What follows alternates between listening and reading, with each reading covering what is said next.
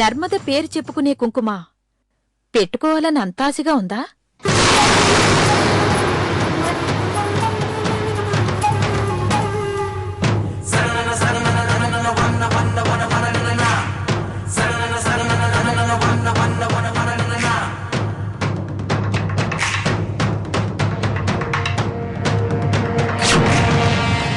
నువ్వింకా చిన్నదానివి.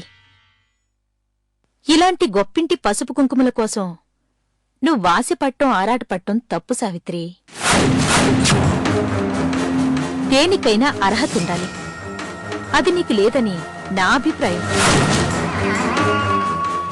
అవునా? ఇలాంటి మంచి మంచి పనులు చేస్తూ మంచిదానిగా ఈ ఇంట్లో వాళ్ల చేత మార్కులు వేయించుకోవాలనుకుంటున్నావా? వెళ్ళి నా బెడ్రూంలో వెయిట్ చేయి.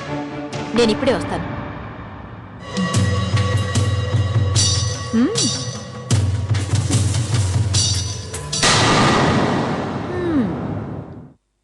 ఇది నాకన్నా ముందే వచ్చి ఇక్కడ సెటిల్ అయింది. పని మనిషి అయినా మగాళ్ళని ఆకర్షించడానికి, వాళ్ల మతిని పోగొట్టడానికి కావలసిన వయసు, అందం దీని దగ్గరుంది. నేనెక్కబోయే అందలానికి దీని అందం అడ్డు కాకుండా చూసుకోవాలి.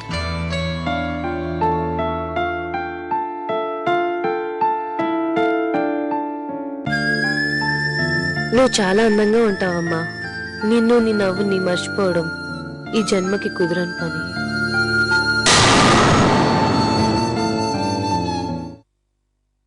అంత ఇంట్రెస్ట్ గా చూస్తుందంటే అదే బాయ్ ఫ్రెండ్ ఫోటోనో అయ్యుంటుంది.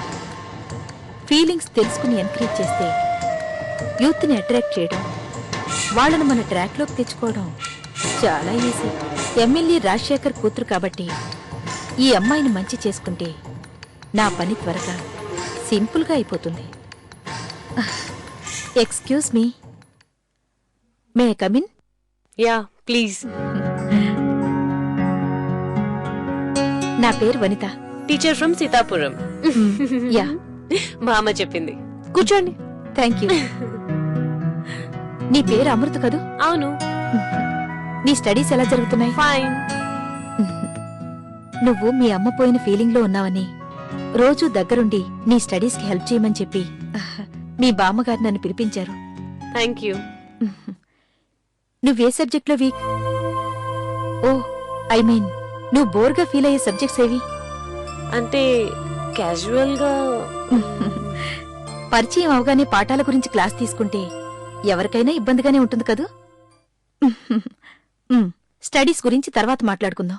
ముందు క్యాజువల్ టాపిక్స్ మాట్లాడుకుందాం. ఓకే? ఓకే. బాస్కెట్ బాల్ బాగా ఆడతావంట కదా, అంతిష్టమా? ఆ గేమ్ కోసం ఇప్పటికీ 2 సార్లు కాలు విరగొట్టుకున్నాను. అంతిష్టం. మూడోసారి విరగొట్టుకోకు, ఇష్టం కష్టంగా మారిపోతుంది. కాఫీ తీసుకో. అత్తయ్య, ఆ అమ్మాయి మొన్న సీతాపురంలో పరిచయం చేసిన అమ్మాయిగా? అవును. ఇక్కడుందేంటి? ఎవరినైనా కలవడానికి వచ్చిందా? ఆ అమ్మాయి నేనే పిలిపించాను.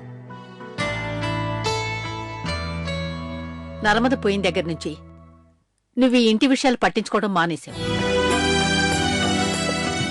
కనీసం నీ కూతురు ఎలా చదువుతుందని కూడా అడగడం లేదు. అమృత కూడా నీలాగే బాధపడుతూ కూర్చుంటే దాని చదువు ఎలా సాగుతుంది? వద్దత్తయ్య. ప్రజాసేవన్న ముసుగులో ఆత్మవంచన చేసుకుంటూ, మనస్సాక్షిని చంపుకుంటూ ప్రపంచాన్ని మోసం చేయడం నాకు చేత కాదు. ప్రజల కోసం నా మనసు మార్చుకొని ఇంకొక పెళ్లి చేసుకున్నా ఆ వచ్చే ఆమెకి నేను ఒక భర్తగా ఎలాంటి న్యాయం చేయలేను. అప్పుడు ఆమె జీవితం నరకం అవుతుంది. నన్ను తిట్టుకుంటూ, తన దురదృష్టానికి తనను తాను నిందించుకుంటూ ప్రతిరోజు ప్రతి నిమిషం ఏడుస్తుంది. నా ప్రాణం కోసం అలా ఇంకొకరి జీవితాన్ని బలి చేయమంటావా? అత్తయ్య, దయచేసి ఇంకెప్పుడు నా పెళ్లి ప్రస్తావన తీసుకురావాలి.